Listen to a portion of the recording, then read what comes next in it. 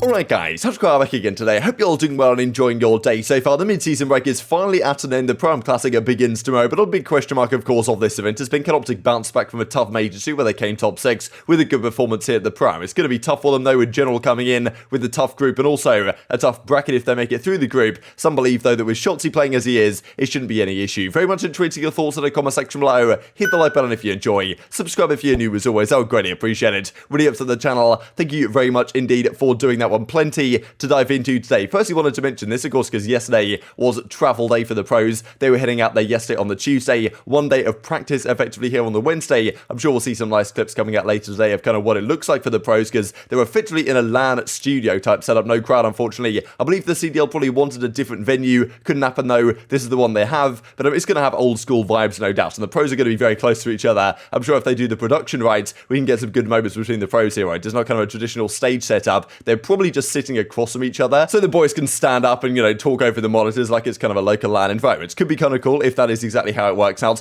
This is also from Guerrillas. He says, travel day with the boys for the Pro-Am in Columbus. We've been grinding hard. Excited to show you what we've got. All out there for an important stage 3, as he says. So, Drill, of course, the coach of the Subliners. We expect their roster announcement to come here in just a few hours. This I thought was kind of funny, though. All of New York, Seattle, and OpTic Texas all on the same flight. Porter versus Pred fighting for armrest control, he says. So, apparently there was a battle already going down before the event kicked off, as Phoenix says the coach of the Seattle Surge, LAG2. So apparently, New York, Seattle, OpTic, and Los Angeles Guerrillas all booked the same flight. I guess all those guys coming out of Texas, heading over there to to Columbus for the event. So they all, have the same flight for some reason. So Porter versus Pred, that being Crimsix, of course, has already kicked off before the events even began. All economy 2, CDL down bad, he reckons. So yeah, tough scenes lately. Smells like passion displayed already. Everyone giving each other dirty glances. Cut the tension in here with a knife. Forget the Pro-Am, let's do it on the plane, right? So yeah, we'll see how it goes. The tension already building behind the scenes. Of course, a very important event for some of these teams. We'll certainly discuss that later today. That despite the fact that this event doesn't mean much, all things considered, there's no CDL points on the line. Yes, there's some good prize money, and whoever wins is going to count it as an official event victory. But there could well be some roster changes banking on the results of this event, right? Of course, the teams had like a month off effectively to decide, but after this event, apparently some more things might be changed. We'll discuss that later today. But this also from the Subliners announcement tomorrow morning, I guess that being in just a few hours' time. Their plan is to confirm Kismet joining the team. That's how it is. Minus Neptune plus Kismet. That's what it's going to be. Crimsix, Hydra, and Paulex, of course, plus Kismet. That's the lineup before, we believe at the very least, unless they do some last-minute switcheroos. But yeah, Subliners always announcing things rather late. But yeah, that apparently is going to be their roster. This also was kind of funny from Kismet. He didn't really kind of hold back on the possibility to effectively leak this one. But yeah, safe travels to everyone going to the Pro-Am. Going to be a fun weekend to watch some Call of Duty, is there. So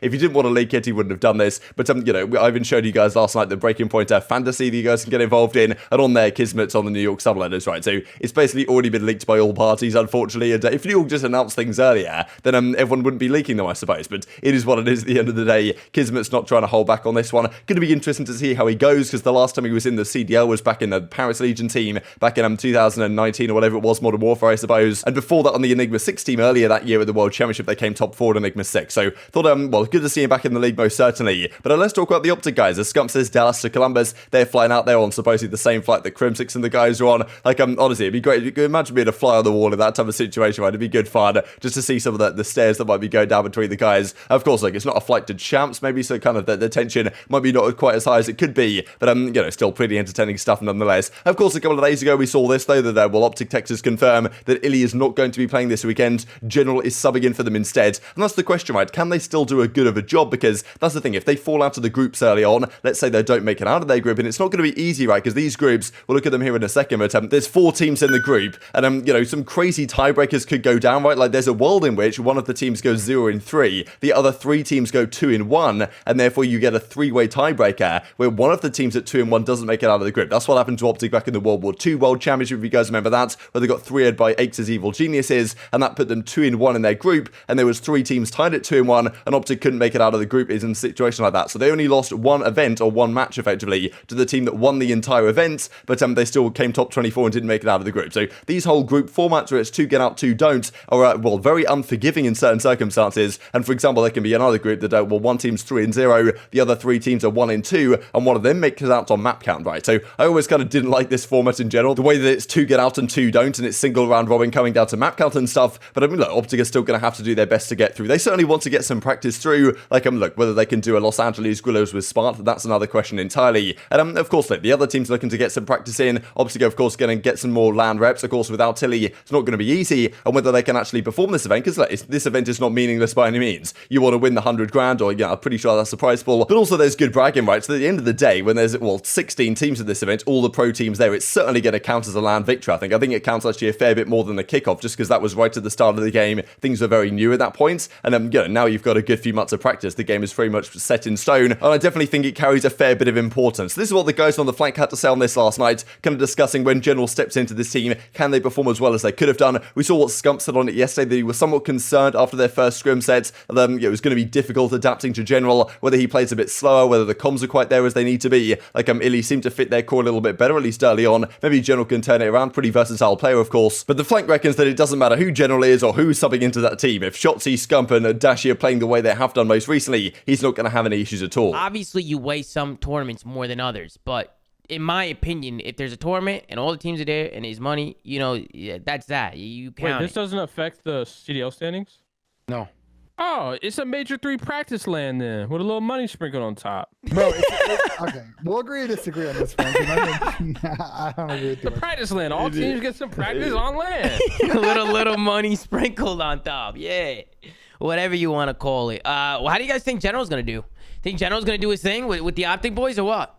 I think, he's literally joining the second best team in the game. I think he'll be just I think he's going to do his chilling. thing too. I think he's going to do his thing. I think George General has played. If you watch how he's played in Challengers, he's been pretty good so far this season. I think the big gap that they have to fill with Inter not being there is sort of the bridge with the comms. That being said, if you kind of watch sort of the gameplay this year, Dashy's been a little more talky than we've seen in past seasons, but they lose a lot. Ender shot calls a lot for them. And I'm curious if General's going to be that guy to step up or it's going to be somebody else on their team. Listen, bro, if Shotzi's playing like that, he's chilling. Yeah. I don't care if they mute their mics. Especially the guy. He's chilling. Asim, you see this man? Bro, he's acting like we're like rank play kids. Yeah, bro. He's come on. Wait, you're not even in their group. I am a big Shotzzy fan. No, I do think Shotzi's fucking nuts. I think Shotzi's the best player in the league, and it's not even close. So the beautiful lineman cards here from stage 2. Shotzzy was the best player with the stage, at least based on the kind of statistics, the numbers. The search and destroy was outrageous. A 1.41 in that game mode. Positive in the respawn as well. The impact, the damage, I'm pretty sure even we heard Asim say in that clip that Shotzzy's the best player in the game, and it's not even close, right? So in his opinion, these guys have just an incredible amount of talent, and subbing Illy out for General on paper shouldn't make that much difference, right? We shall see how important Illy, I guess, is to this team this weekend, if they can still make something of a decent run without him. But that's the thing, with the rest of the guys playing as they have been, they shouldn't have too much difficulty, you would imagine, at least getting out of their group. Whether they can go further than that, though, that's going to be a very difficult question, because they play some of their nemesis teams here, to be honest. They find themselves in kind of a bit of a predicament in their group, but also the matches they might play if they get out of their group. We'll see that here in a second. So this is their group, of course: OpTic, Florida, Minnesota, Rokkr, and the Ultra Academy Europe. There are, of course, some tweaks here, right, because MajorManiak's gone, Havoc's into that team now, some roles have changed around, Priestahh to the main ER. Ultra Academy Europe, they lost Harry, he's gone to the Ravens, got called up over there because Gizmo went home, therefore Rafi's stepping in for the Ultra Academy Europe, and then Mutineers, the team that beat OpTic to knock them out top 6 of the last major, right? So it's going to be really interesting to see. I do think OpTic will make it out of this group. I'm not sure, though, they'll get the number 1 seed, because to get the number 1 seed, they're either going to have to go 2-1 with the tiebreaker and get number 1 seed, or they're going to have to go 3-0, which it might be too much of an ask with the substitute, especially because Scump was saying, look, the first day of practice went pretty well, but difficult adaptation, kind of obviously only a few days of practice. They probably got a couple of days without Illy. Now they got today on Wednesday, I guess, to practice at the venue itself, and then straight into the games tomorrow, right? So not going to be easy. I do think they'll still make it out of this group, though. My prediction is going to be something like Florida and OpTic make it out one way or another. I'm still not really convinced by this Rokkr team, to be perfectly honest, and Mutineers might actually get the number 1 seed here, to be honest, if they play their cards right. And that would mean that, let's say we look at the Group A. Group A, to me, is relatively clear-cut. Yes, maybe Toronto can improve and show something, but Toronto have a tough group here, right? StrikeX, I don't think they're going to do anything. They're the least promising amateur team or challengers team from my perspective. Surge are really on the uptick, and FaZe, of course, are FaZe. So to me, Group A is going to be FaZe, Surge, probably in that order. And therefore, Group B, if it is going to be Mutineers, OpTic, or whatever, either way, OpTic, if they make it out of the group, are going to have to play either FaZe or Surge, you would think. Or Toronto, if Toronto can somehow make it out. All of those teams that OpTic, historically haven't had the greatest time against. Of course, FaZe so far this season is good, but it's singled in when you get to the bracket, right? So we'll have a look at this here, because this is how it works. Group A first plays Group B second, and Group A second plays Group B first, right? So it's kind of a cross-pollination here or whatever. So if OpTic make it out, they play one of the teams from Group A, and of course it's a single elimination bracket, right? So if OpTic do make it out of their group, they're going to play either FaZe or Seattle, probably. Like, I mean, Seattle beat them at the last event, Florida beat them at the last event in their pool, and,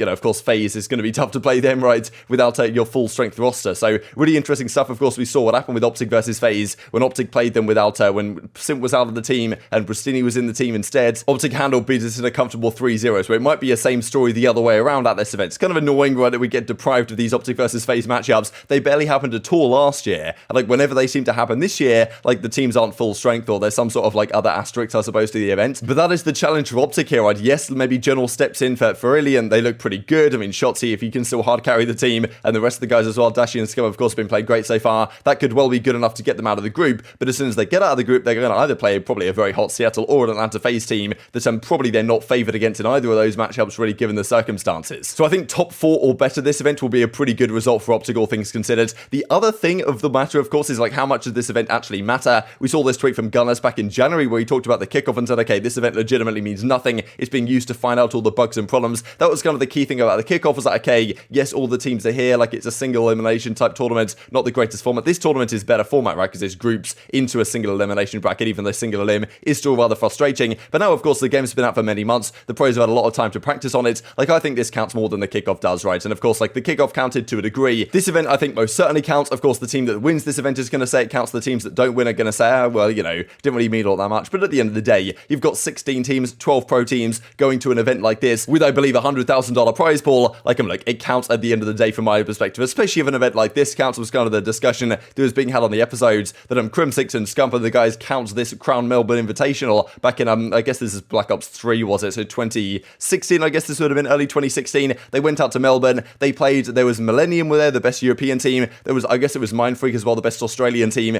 And maybe a couple of other like local teams were there. But like OpTic went to this event as like the nailed on favourites. All they really had to do was beat Millennium, the European best, Swanee, Tommy. It was, you know, Mad Cat and Joel, I think was the team at the time. All they had to do really was beat them and they'd win the tournament, right? And Crimsix counts this as a LAN win. In fairness, there were some people here, but it was a strange tournament to count, right? So if this one counts as a championship victory, then, you know, most certainly this weekend must do, right? So at least that's my perspective on it. This I thought was absolutely hilarious as well, that Arcitys kind of mainly pointed out last night, but also Connor pointed out first of all, at least, well, he had to be in this tweet, blurring, currently streaming his wall hacks. Another one has been hacked again. Like, interesting at the top of the screen here is his enemy near you. I've never actually seen that one before, but I guess he had the wrong screen up or whatever. You can just straight, I mean, I'll put it on the big screen. You can just straight up see this guy with the outline on him. What he says in this clip, I'll have to finish up with this clip because it's actually so funny. He's chasing this guy down with a rat. He shoots him in the back. Obviously, you can literally see the arrow. Like, he knows where he is. He misses all his shots and gets turned on. Just absolutely fantastic. And then he says to his teammates, like, oh my god, I can't believe I got turned on like that. Like, I just wasn't expecting him to be there. Like, this pistol, man, this pistol sucks or something. And I was like, oh my god, this guy's absolutely out of control. So funny he got caught on this, honestly, because, you know, as Arcitys says, you know, this has to be the clip to be used because there's plenty of clips, I guess, of this guy hacking from the stream. But this one's fantastic where he's hacking, gets turned on, and then blames it on the fact that he didn't know the guy was there when he actually had the hack. So just absolutely phenomenal work. Like, you know, even as Crow says he had walls, still got absolutely torched. And I thought this was kind of funny as well, actually, from kind of the OpTic guys trying to guess baby photos. This turns out to be attached, but yeah, some of the words here were pretty funny that were said. But very much intriguing your thoughts and all this stuff in the comment section below. Hope you guys enjoyed the video. If you did enjoy it, hit a like button. Told you YouTube gods, this is a good video, and it's like you should see it as well. And I've grown the competitive Call of Duty community. Thank you as always, take care of yourselves, and I will see you next time. He was on the rock. Okay.